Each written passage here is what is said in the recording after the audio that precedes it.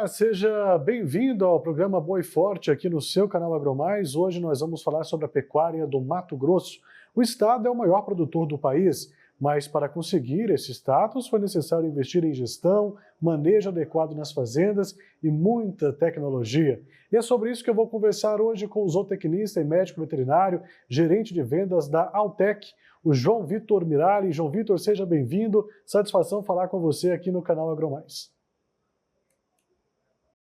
Olá, Thiago. Satisfação é nossa. Obrigado pelo convite e vamos bater um papo aí. Tá certo. Primeiro conta pra gente como é essa produção aí do estado. Eu sei que tem mais boi do que gente, é isso mesmo? Explica pra gente essa conta. Exatamente. Mato Grosso é um estado que é o maior rebanho bovino do Brasil e tem mais cabeça de gado do que população. Mas é assim, uma criação muito tecnificada, muito intensificada, muita tecnologia envolvida, né? Sem dúvida nenhuma. Agora conta pra gente então um pouco mais dessa tecnologia. Então, aqui é o seguinte, a pecuária como um todo vem avançando em larga escala no quesito de investimento, conhecimento e aplicando na prática as pesquisas das instituições de pesquisa, né, como a APTA de Colina, por exemplo. Então, Mato Grosso, por ter grandes contas, ter grandes grupos, eles acabam tendo uma gestão muito tecnificada e precisam de dados, de número de informação. Então, com essa informação é possível você saber o teu custo de produção, o teu custo de arroba produzida, quantas arrobas por hectare você está produzindo por ano.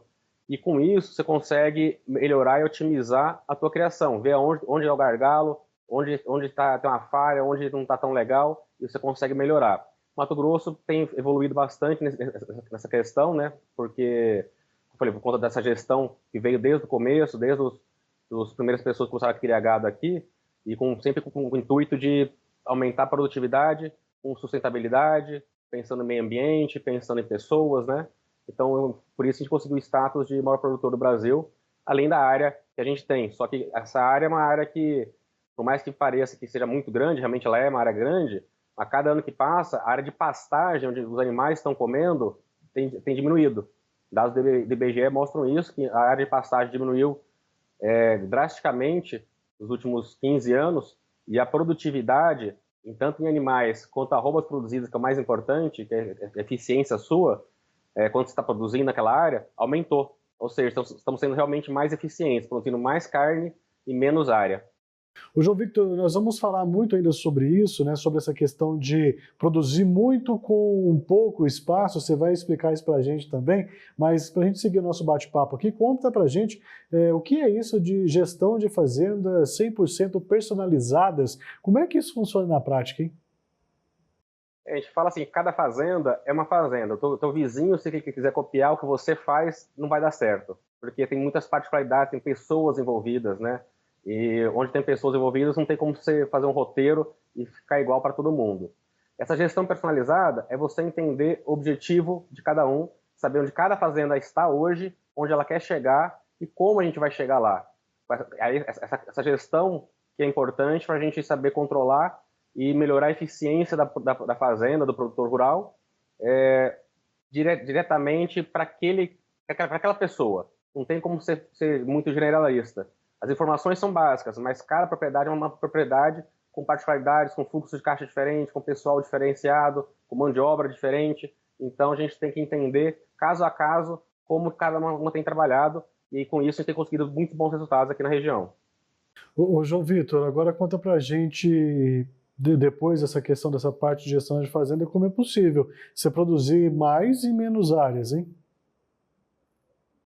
É uma conta que, assim, você falasse há 20 anos atrás, ninguém acreditava, né? Mas realmente chegou, isso vem acontecendo. Como? Com a intensificação. O que significa intensificar mais? Antigamente, a gente abatia animais, a média do Brasil era abate de animais de 6 anos de idade. Então, desde bezerro, quando ele nasceu da vaca, até ele ir para o frigorífico e virar carne, eram 6 anos. Hoje, a média nacional está ao redor de 3 anos. Tem vários clientes nossos que matam animais abaixo de 24 meses, que seriam 2 anos, e alguns que são super precoces, entre 12 e 15 meses de idade. Como que a gente consegue isso? Melhoramento genético, sanidade, nutrição adequada. Então, a gente tem que ter um ajuste da taxa de lotação dos animais por área, tem que ter uma suplementação, principalmente na época da seca. Antigamente, você deve ter ouvido muito falar sobre o boi sanfona. O que era o boi sanfona? Era aquele animal que ganhava peso nas águas, quando tem pasto, e perdia peso na seca, quando não tem pasto, quando o pasto fica seco.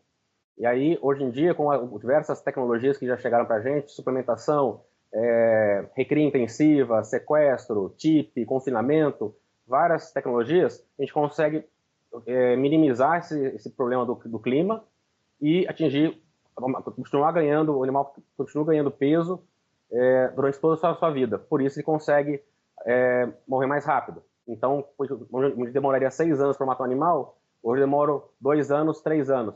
Então a gente consegue praticamente dobrar na mesma área a produtividade daquela região. Ô, João Vitor, claro que essa questão de tecnologia nutricional, elas vão inovando ano após ano, né? É diferente do que nós temos hoje para esse ano de 2024, que a gente tinha aí há 10 anos atrás. O que mudou de lá para cá que permite que os produtores invistam mais nesse tipo de tecnologia e que traga para eles aí mais rentabilidade, hein?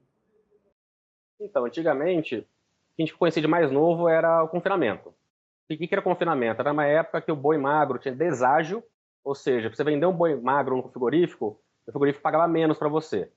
Então o pessoal confinava os animais por um período curto, 30, 45, 50 dias, somente para o animal dar uma enchida, aquele acabamentozinho, e você mandar para o frigorífico sem ter aquele deságio em relação ao boi gordo. E quando isso? Na época da seca. Hoje, a gente consegue fazer isso o ano inteiro. Os confinamentos rodam o ano inteiro. Por quê? O confinamento consegue pôr mais animais numa área pequena e a gente consegue colocar na área de pastagem mais animais na recria. Os animais da recria são animais que têm uma conversão alimentar melhor. Eles comem menos para ganhar mais peso. Então, a gente come menos também. Então, a gente acaba economizando comida, colocando mais animais na mesma área. E aí a terminação em si, a gente acaba fazendo no confinamento, ou na TIP, que é um confinamento a pasto, na verdade, né? E antigamente realmente não tinha essa informação. Outra coisa que ajudou muito a gente foi a chegada do grão, a lavoura. Porque os animais hoje são suplementados com as dietas à base de milho, farelo de soja, caroço, torta de algodão, DDG chegou agora nos últimos anos aqui no Mato Grosso bastante, está chegando no Brasil inteiro. Então, esses subprodutos da indústria, além da lavoura, que é a base da dieta do animal para terminação, é o milho, ajudou demais. Antigamente não tinha, você tinha que fazer uma roça, colher, fazer silagem, ou cansava de ir em fazenda, você olhava aquele lugar cheio de espiga de milho seca, né? Aí você debulhava o milho, fazia. Hoje não, hoje as máquinas chegaram, estão muito super tecnificadas, então o preço do milho é interessante para o produtor, para o pecuarista, no caso, né? Usar na ração, usar uma suplementação a pasto, num proteinado, num proteico energético. Isso tudo realmente aliado às pesquisas que mostraram onde você tem um aumento do desembolso, que tudo que você vai dar para o animal, você tem um desembolso, mas isso daí tem que se pagar. Nossas pesquisas mostraram que, você, colocando um certo desembolso na época do ano, você consegue recolher isso daí em ganho de peso e pagar esse investimento que você fez, sobrando bastante dinheiro no final ainda. Ô, João Vitor, tem um ditado que a gente ouve bastante por aí, você com certeza deve ouvir bem mais do que eu, que é o olho do dono que engorda o boi, né? E de acordo com isso, de que forma os produtores têm buscado essas tecnologias para driblar as crises, ampliar a produtividade e ter mais lucratividade na pecuária do Mato Grosso? Realmente, esse ditado funciona ainda, né? Mas principalmente quando você não tem uma gestão muito aplicada dentro da sua propriedade. Então, você tem uma gestão, a fazenda hoje virou uma empresa. Então, o que a gente percebe? Hoje, tem várias fazendas que tem os diretores, tem o proprietário, mas tem o diretor administrativo, diretor de produção, que é igual uma indústria realmente, uma fábrica na cidade. E aí a gente tem o quê? Com isso, você acaba tendo os setores, e cada um já sabe o que vai fazer, cada um sabe o que precisa produzir, cada um tem sua meta, tem o seu objetivo, e aí a coisa acaba fluindo.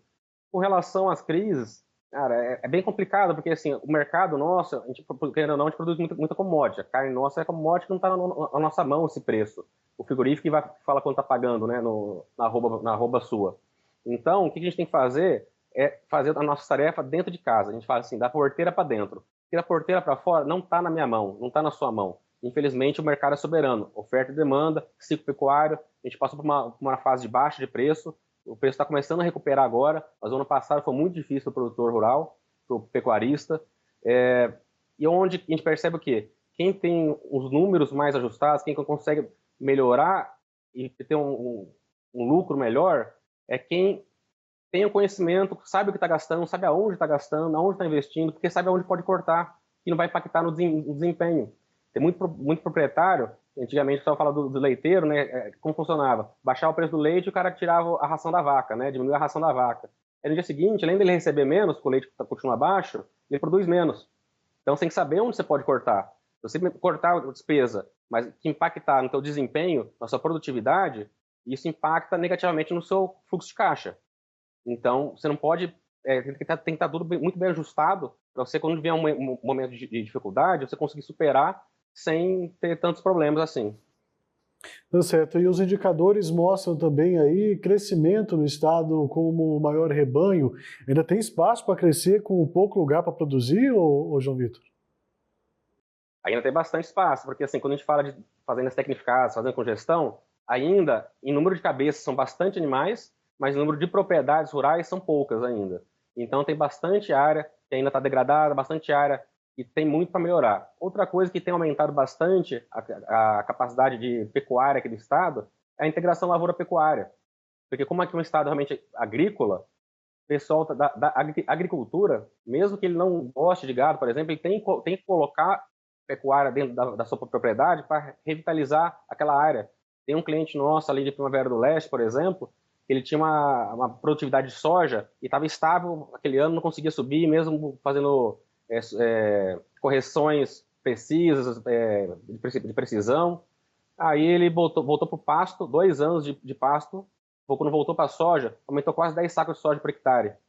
Por quê? Porque tem um rodízio de culturas e isso impacta demais na produtividade da lavoura. Então, como tem muita lavoura aqui, tem muita potencial ainda para a gente trabalhar com esses animais, mesmo que seja na época do ano, na época da entre-safra ali, que o pessoal usa um pasto safrinha ou um pasto perene de transição da soja. Tá certo, o pessoal gosta muito disso, de usar essa forma de rotação, principalmente com o gado, porque o solo, né, gosta muito, fica ali bem adubado, e isso ajuda muito. Nosso bate-papo está muito bom, mas eu preciso fazer um intervalo rapidinho, João Vitor. Já já a gente volta para conversar um pouco mais sobre a produção de bovinos aí no estado do Mato Grosso. Já já eu te aciono de novo, tá bom? E você de casa também não saia daí, intervalo rapidinho, a gente já volta aqui no seu Boi Forte.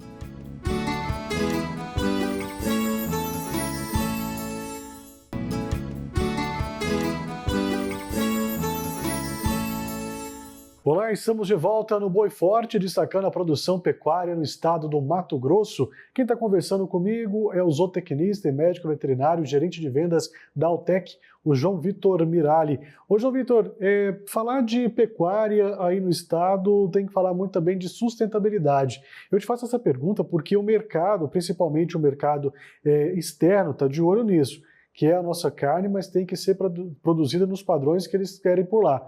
E o nosso consumidor brasileiro também está cada vez mais exigente. E por aí no estado o que não falta são essas fazendas tecnificadas, como você disse para a gente, mas todas também com produção sustentável, não é mesmo? Conta para a gente como isso funciona. Exatamente, Thiago. A questão da sustentabilidade tem sido muito cobrada, ano após ano. Começou realmente lá fora, né, pressões do mercado exterior em cima da gente, mas o mercado interno também já vem cobrando isso da gente. E o produtor entendeu. Com relação ao desmatamento, por exemplo, o pessoal sempre fala muito, o Mato Grosso, Pará, os maiores desmatadores do Brasil. Vamos deixar claro que assim, o Código Florestal Brasileiro é o código mais rígido que existe do planeta com relação ao desmatamento. Quem desmata hoje aqui no Mato Grosso ou no Pará, desmata a área legal, a área que ele pode abrir. Se você tiver uma área fechada, tem 1.000 hectares de mato. Depende da região, se for região aqui do Cerrado, você pode abrir 50% dela para a produtividade. E outros 50% tem que ser floresta. Não pode ser beira de rio, nascente. Isso a gente vê nas fazendas, os produtores não querem desmatar. Antigamente, o desmatamento era muito, muito grande, porque como não tinha a intensificação, não se tinha conhecimento, não tinha uma nutrição adequada, era sal branco, boi, o ano inteiro. Então, como fazia? O animal não ganhava peso, queria aumentar a tua área, o que você fazia? Comprar o vizinho e abrir a área. Comprar um pedacinho de área de terra a mais e abria essa fazenda. Desmatava e jogava capim, realmente. Hoje não funciona mais assim, até porque a terra está muito cara, está muito valorizada. Pergunta para um produtor de soja, pergunta para um pecuarista quanto custa um hectare aqui na região do Mato Grosso é caríssimo. Então, não tem como você mais abrir área. Você tem que fazer o quê? Melhorar a tua produtividade dentro do que você já tem. E, junto com isso, vem o bem-estar animal. A gente é muito preocupado com isso também. Por quê? O bem-estar animal está diretamente ligado à produtividade. Um boi estressado, ele não ganha peso no confinamento. Uma vaca estressada, ela não vai parir um bezerro. Ela não vai emprenhar do touro ou da inseminação artificial que você vai fazer nela. Então, a questão do bem-estar, do manejo, aliado ao meio ambiente, a gente tem realmente essa preocupação muito grande e, com isso, a gente tem conseguido uma alta produtividade, melhorando os índices com sustentabilidade. Além de várias pesquisas que vêm sendo seguidas agora, justamente nessa área, nessa pegada de metano, de pegada de carbono. Então, hoje temos produtos, por exemplo, que a gente coloca os animais, que tem selo Carbon Trust, ou seja, diminui a emissão de metano. Então, se um produtor quiser diminuir, ele precisa exportar para um país específico, que o país exige que ele tenha uma redução de metano. Tem alguns aditivos alimentares que a gente coloca na ração dele, que definitivamente melhoram, diminuem essa emissão de metano. Então, as pesquisas, junto com a consciência, logicamente, com uma pressão de fora, a gente tem conseguido aumentar a produtividade, mesmo com sustentabilidade aqui no Mato Grosso. Ô, João Vitor, eu me lembro, né, de quando criança, de mais novo, a gente sempre vê que a produção pecuária, ela exigia que o produtor limpasse toda a área que ele tivesse para formar os pastos, né, como dizia naquela época, que você colocaria ali a branquear ou o capim, a forma que você fosse utilizar. Hoje nós já vimos, né, essa semana a Embrapa lançou mais uma pesquisa mostrando que o sistema ILPF, que é aquele que já coloca a floresta junto com a pecuária, ele é muito mais eficiente do que o campo aberto. Eu gostaria que você falasse disso para a gente, seguindo essa parte do bem-estar animal. Os animais desenvolvem mais quando tem a árvore para ele se abrigar do sol, da chuva, do que quando está só aquele descampado todo? Com certeza. O animal, por mais que a raça predominantemente criada aqui no Mato Grosso é a raça Nelore, né? Ou derivados dela, que é uma raça zebuína, uma raça que resiste, é mais rústica. Mesmo assim, se você pegar uma sombra 11 horas da manhã, meio-dia, 1 hora da tarde, os animais vão estar todos na sombra, porque o animal também não é burro, ele quer um conforto térmico dele. E quando você tem um conforto térmico, você melhora a produtividade, você melhora o ganho de peso dos animais. Então, realmente, quando você tem um pouco de sombra, isso tem pesquisas mostrando confinamentos com sombra e confinamentos sem sombra. Você diminui o consumo de água, que é importante para o planeta, de preservar a água doce, né? Você melhora o desempenho dos animais, eles comem menos para produzir carne, então diminui, consegue ter mais animais e comendo menos, é mais interessante, além de ser financeiramente mais interessante também. Essa questão da ILPF, né, Geração Lavoura, Pecuária e Floresta, tem entrado, a Embrapa realmente é pioneira nisso, com muitas pesquisas, e todos os dados que a gente recebe são muito positivos. Temos alguns clientes que já fazem isso daí. No final, você tem a madeira que você pode aproveitar, você pode fazer com teca, você pode fazer com eucalipto, tem várias madeiras que você pode fazer esse reflorestamento que estão visando depois o lucro da madeira em si, né? Sem dúvida nenhuma. Ô, João Vitor, agora uma coisa interessante aqui também, nessas andanças aí, né, todo final de semana eu desço para o estado de Goiás, onde mora a minha família, e o interessante que eu vejo assim é que quando está muito calor, né, se o sol está bem mais quente do que o normal, o gado fica todo deitado ali no capim, se abriga debaixo de uma árvore. Você não via isso há um tempo atrás, quando o sol não estava tão forte, o aquecimento não era tão grande. Hoje os próprios animais já buscam esses métodos de se abrigar e para segurar um pouco mais ali de resistência, né? Interessante esse ponto da natureza também, né? Com certeza. E, principalmente o bovino, né, o boi, ele é um ruminante. Então, o que acontece? Ele come o capim, ele não vai digerir aquela folha de capim. Ele tem as bactérias do rumen que vão fazer esse trabalho, né? Então, você viu aquele boi deitado, mascando ali, ele está ruminando. Então, para ruminar, ele precisa comer o quê? Precisa comer capim. E essa ruminação, que seria a digestão dele realmente, é igual a gente depois do almoço. Não dá uma moleza na gente, não quer deitar, ficar quietinho depois do almoço? O animal é igual. Então, é importante realmente o animal ter uma área de conforto quando ele puder fazer isso, porque o sangue dele vai circular mais na região do intestino dele, aumenta a caloria. E no Mato Grosso, a gente sabe, por exemplo, o Brasil como um todo, mas Mato Grosso, o centro-oeste, norte, é muito quente. Tem algumas regiões muito úmidas, né? Então, realmente, essa troca calórica é importante para o animal poder desempenhar melhor. Bom, e fica a dica aí para o amigo pecuarista que está nos acompanhando agora, plante árvores no meio do seu pasto aí que o gado vai agradecer e muito. Agora, João Vitor, mudando aqui um pouquinho de assunto, teve umas mudanças aí de legislação também que impactaram o tamanho das áreas disponíveis para atividade pecuária no estado. Gostaria que você falasse para a gente sobre isso. O que de fato a legislação, se ela atrapalhou, se beneficiou os produtores, como é que eles receberam essas notícias por aí? Então, a legislação veio e quando é lei, é lei. Você tem que seguir o que o governo manda, né? Antigamente, o que aconteceu? Por que o Brasil se abriu tanto sem controle aqui na região norte e centro-oeste? Porque era uma terra floresta, tudo realmente floresta. Se você não fizesse, se você não ocupasse a região, a gente ia perder essa área para os países vizinhos, por exemplo, poderiam querer invadir. Teve a Guerra do Paraguai, tiveram outras guerras aí, por exemplo. Então, a gente precisava populacionar. E como que você faz isso? Com gado, com pecuária, abrindo área. Hoje não pode mais fazer isso. Então, controle. Foi melhor ou foi pior? Eu acho que quando você tem uma regra, é mais fácil de você seguir. O duro é quando você não tem regra e alguém chega para você amanhã e fala assim, ó, a partir de amanhã tem que ser de tal maneira.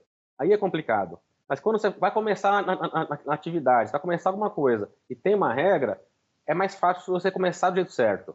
E os produtores entenderam, porque principalmente que são as APPs, né, que são as áreas de preservação permanente, são beiras de rio, beira de lago, o animal não pode chegar ali para tomar, tem que ser cercado, tem que ter pelo menos 20 ou 30 metros de mato beirando o rio. Por quê? Para preservar a água doce, para evitar assoreamento dos rios. Então, tudo isso acaba beneficiando o próprio produtor depois. Logicamente, tem gente que perde a área de pastagem, né, por exemplo. Mas você tem que fazer o quê? Você tem que otimizar essa área que sobrou, trabalhar, intensificar mais essa área. Se você tinha meia cabeça por hectare, meio A por hectare, você vai ter que trabalhar com 0,7, uma A por hectare. Aumentar a sua produtividade naquela área que você tem.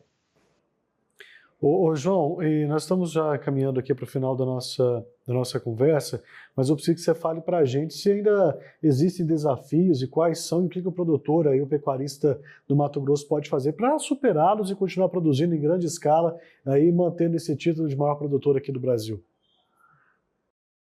Sim, com certeza, assim, temos muitos desafios. Temos desafios climáticos, que não está na nossa mão.